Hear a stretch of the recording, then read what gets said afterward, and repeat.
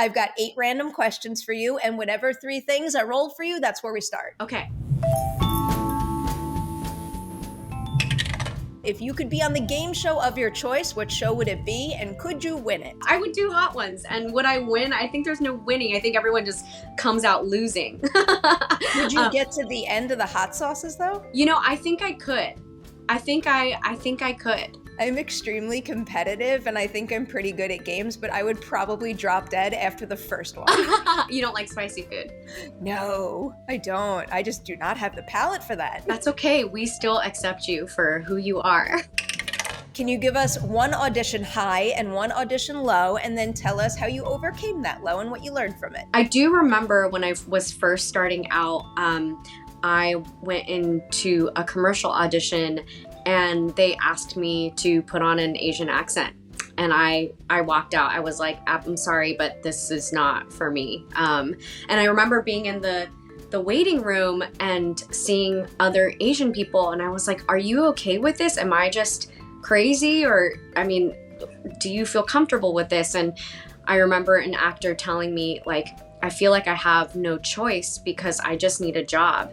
And I said to him, I was like, you don't need to make yourself feel humiliated in order to get a job. And I wish you the best of luck. I hear you, and I hope this never happens to any of us again. I think my audition high would probably have to be for Everything Everywhere. Obviously, I got to do a lot for the movie, but I just remember so much of what we even played with the character of Jobu didn't even end up in the film because we really unleashed a lot of crazy. And I remember specifically there was this moment during the callback with the Daniels where they made me unleash the Jobu, and I like put my butt against a wall and it like shook the entire wall. And I remember a painting being like, "Ark!" after. What was the best rap gift you've ever received? But also I need to know, what was the rap gift on Everything Everywhere? I think the best rap gift I ever received was from James Hong, who plays my grandfather Gong Gong in Everything Everywhere. Listen, I've worked on amazing projects. It's not like this one is just the only one, but obviously it's very, very special, and it's very fresh on my mind. But he gave everybody pictures of himself and signed, and he gave me a photograph of him from Big Trouble Little China, and he signed it, "Stephanie, I will drink your blood, James Hong." Someone in your life visits you from the Alpha timeline. Who is it, and what is their mission for you? I think it would be my mentor, Liz Swados, who passed a few years ago. And she would be keeping me in check in this moment of being like, are you making art that is offering goodness to the world? You better be. You can hop to 3 different versions of yourself to pick up skills. What skills do you go out and get? Oh my gosh, I love this one. Okay, first thought was I want to be I would first jump to New Zealand and become an excellent surfer. And then I would verse jump to somewhere in the Pacific Northwest or Switzerland, and become an expert at permaculture farming, which is a huge passion of mine, but I'm not an expert at all.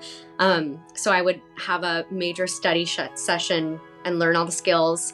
And also, then I would verse jump into so nerdy. I'm really showing right now. I would verse jump into the mosses of the world. I became really passionate about mushroom foraging, edible mushrooms. And I'm really good at it, but there's so much I don't know. So I feel like I would, verse jump into the mosses of the world to become an excellent mushroomer.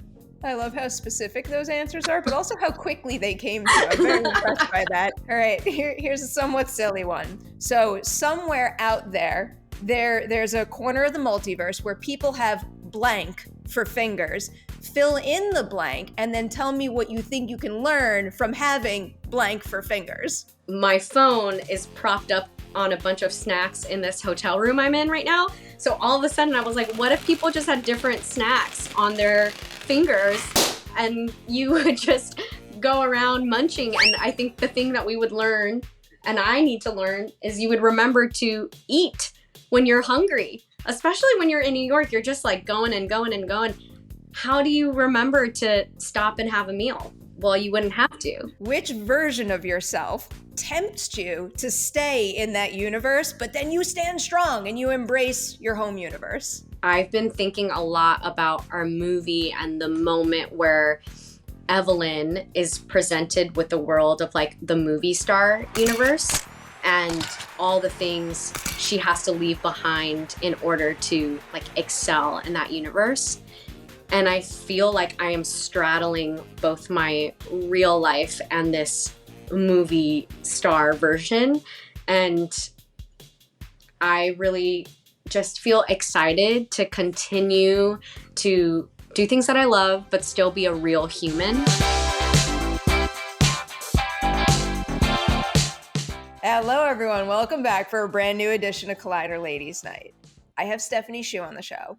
And you have a whole bunch of things to be very excited about, but oh my, everything, everywhere, all at once. It's very exciting to be able to say this with such confidence so early in the year, but there is no possibility that at the end of 2022, this movie is not one of my absolute favorite movies of the year. Thank you. Thank you so much for saying that. The school structure is kind of a safe, supportive environment, but then you graduate and, you're pushed out into the world. What was the key to bridging the gap between the safe school environment and starting to book your first gig so, you can make a living and feel like you're getting a good first start into a career? I sort of just started working right away, but I never saw a path for me in the commercial sphere of like films and TV and even Broadway. And so I was bartending, I was teaching, I worked all different odd jobs just to do these very like experimental pieces. And my first job actually was on this show called Girl Code. And it was really random. I didn't have representation at the time, but a manager had seen me do something at a theater festival called Williamstown. And he just like blind submitted me. I had never met him and he just like submitted me.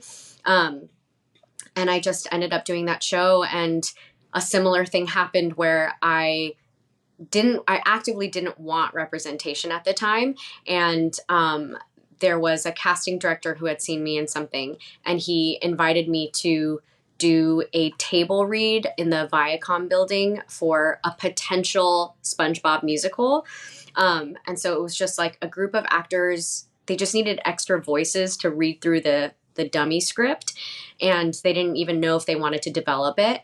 And fast forward to, I ended up being a part of that project for 6 years, helped develop it, and then got a call one day that was like, hey, do you want to come to Broadway? And I had never, ever seen that as a possibility for myself. And I was like, yeah, I would love to try. Did you say that early on you didn't even want representation? Because that's always a thing where it's like, I need to find it. I need to find those people to shuttle me into my first projects. But that wasn't something you even wanted. Yeah, I was already working in the theater space. And at that time, I just thought that was going to be my thing, to make like really low paying jobs doing really weird things. And I loved it and it was exciting. But also, to be honest, I think in hindsight, I remember actively thinking that I didn't want representation because I felt like if I was to enter the TV and film space, that there were no parts for me that would actually embody all that I was capable of. I didn't want to do things that were very stereotypical. And again, it's so wild because right now we're in such a different moment, but when I was coming up, there was no Crazy Rich Asians. There was no anything. There was not even Fresh Off the Boat. You know what I mean? And so I just didn't want to be put into that position that I was put in that audition room where I was being asked to do an accent.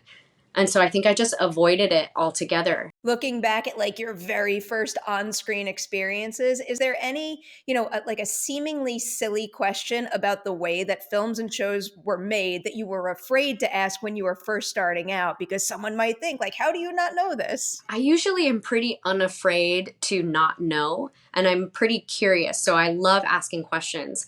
But I do remember when I was shooting Girl Code, so there were the comedians, and then there were five of us, I think five of us, who reenacted all the scenes, and we would do really like funny, silly things. And I was in comedy when I was in college. I was in a sketch group, and Bo and Yang was in the improv group, and it was, we did a lot of crazy things, and, again, unafraid because you have nothing to compare it to.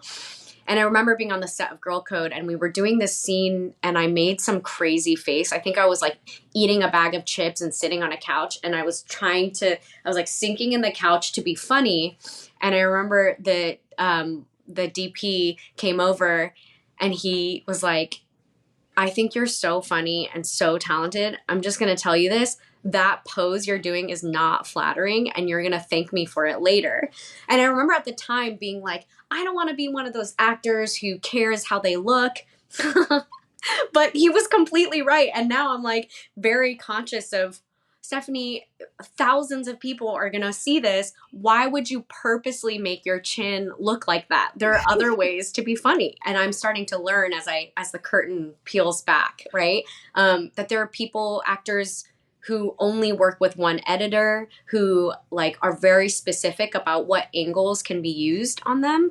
And I think normal people might say that sounds crazy, but I also really have a lot of compassion for people who are, at the ultra A-list, because you're being seen all the time, and people want to take you down. And so you want to protect yourself. And I think control in how something looks is a way of self-preservation and protecting yourself. Obviously, it's a delicate balance, but Of course. it's a crazy world. And now with social media, it's intense. When you first signed on and read the whole script, what were some of your biggest burning questions about the material to the Daniels? Because I have to imagine it's a situation where, like, because you're playing Jobu, who essentially knows all, like, you yourself might need to know all about how verse jumping and the multiverse works, even though, like, I feel like no one out there can really piece together every single ounce of that. Well, I think that because I had worked with the Daniels before, I could really hear their voice and their spirit in the script. And so, oddly enough, the script wasn't as crazy as it might have seemed. I really resonated with it, and it's still one of the best pieces of writing I think I've ever read. I'm a huge philosophy nerd, and so I really wanted to deep dive into nihilism, because I didn't know much about nihilism at the time, and I think I was much more of in the existentialist and transcendentalist world.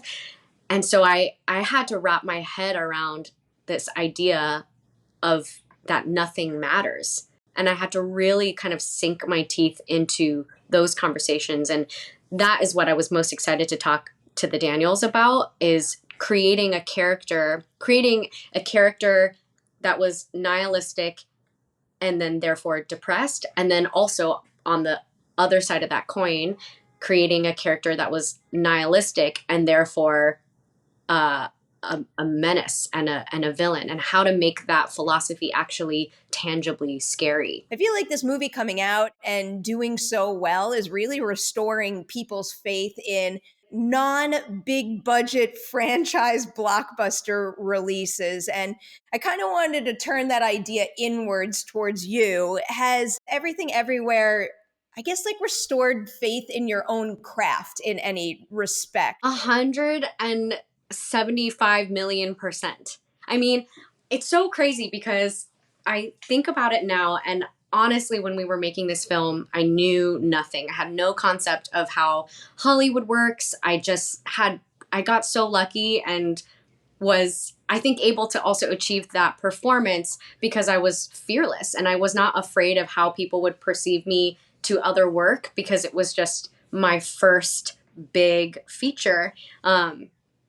But I remember telling Dan Kwan at the time, I was like, this movie is going to bring people back to the movie theaters. And I had no idea what I was even saying, because how could I possibly know? I knew nothing.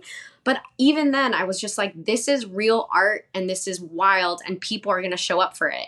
I pride myself on getting to do things that I care about with people that I love, and taking big swings and making weird shit with a lot of heart.